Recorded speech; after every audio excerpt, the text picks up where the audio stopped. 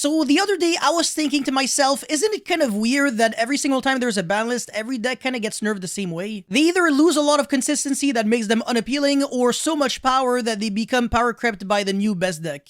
But what if there was another way of nerfing a deck without actually killing it completely? The first thing that came to my mind was hurting the deck's resilience to make it more susceptible to hand traps and board breakers, or even just hurting its grind game. Let me give you an example. What do you think is the most unfair thing about Tearlaments? A lot of people will say, the ability to spam a lot of fusion monsters, or, all their graveyard effects, all their chain blocking, everything, all their searches, or simply, the fact that they can play on your turn. But if you had to narrow it down to like a specific batch of cards, what will it have to be? So let me tell you this, the most unfair thing about Tearlaments is their incredibly diverse array of interruptions. They have threats on the monster zone, in the spell and trap zone, in the hand, in the graveyard, literally anywhere you can actually imagine. And even though last ban list limited a Herald of Orange Light, they still have Tearlaments Softness to 3, so they can still actually apply a lot of pressure from the hand. You might want to listen to what I'm gonna say next because it's actually a pretty interesting take. I personally believe the most unhealthy Tearlaments cards aren't even, the Field Spell, or Reino Heart, or Shaylin, or Miru, whatever, anything like that,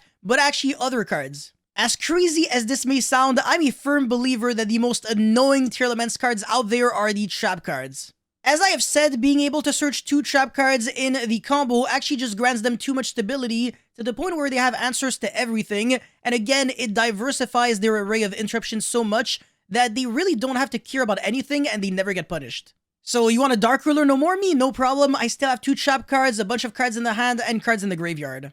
And the crime is insane because it can negate any monster, spell, or trap card, so they have built-in answers to cards like Evenly Matched. Whereas if, let's say, we banned the crime, then they would actually have to go into something like Baron in order to negate evenly, and that would actually make the deck so much worse because if you can't consistently summon that card, well, you're gonna lose to just one-side that card. And I also want to say that the only real reason why Kaleido Heart is a massive interruption on your opponent's turn is because of Tearlament Sulik, being able to send it and then revive back, summon another fusion, and then trigger the field spell and do just so many things. The trap cards just make your deck so much more proactive on your opponent's turn. Even Meta Noise is about to become insane because it's so good against Kashtira. By banning these trap cards, the deck still is very consistent, very powerful, but the thing is, their turn 1 is going to be drastically worse.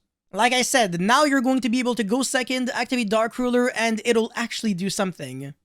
Or if they can't make Baron and you have, something like Evenly, you just activate it and you win the game. And because of the fact that the trap cards will be banned, Tearlament Scream will actually be way worse, which is actually collateral damage for the deck. Following that very same reasoning, what if we actually did something pretty similar with Sprite? We just banned Smashers and Double Cross so that their Jet actually has to search a second starter, which is not bad, but it's not as unfair as, searching a trap card that can revive back a Floodgate. I feel like right now, if you're going second against Sprite, unless you have like something like Dark Ruler or a bunch of hand traps or an extremely good hand, you're pretty much always losing to their turn 1 board. Anyways, we can actually make another similar point with Flunderies.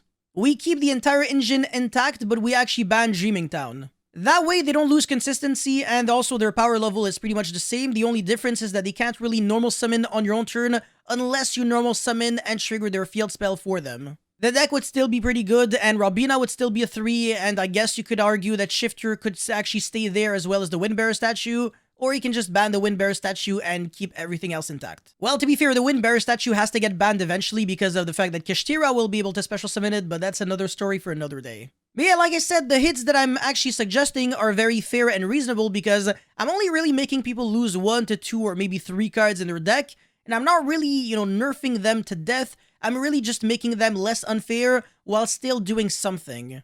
I'm also not trying to say that it's necessarily the most optimal way to nerf a deck, but it definitely has to be the most efficient for how many cards you're actually hitting. I just don't believe in something super drastic like banning Gigantic Splight and Splight Elf and Kaleido Heart or Robina completely. That might be a little too much. But yeah, anyways, those are just my thoughts. Guys, I want to hear what do you think is the most optimal way to nerf a deck in Yu-Gi-Oh! Let me know your thoughts in the comment section below. As always, don't forget to like and subscribe. I'll see you guys very soon. Peace.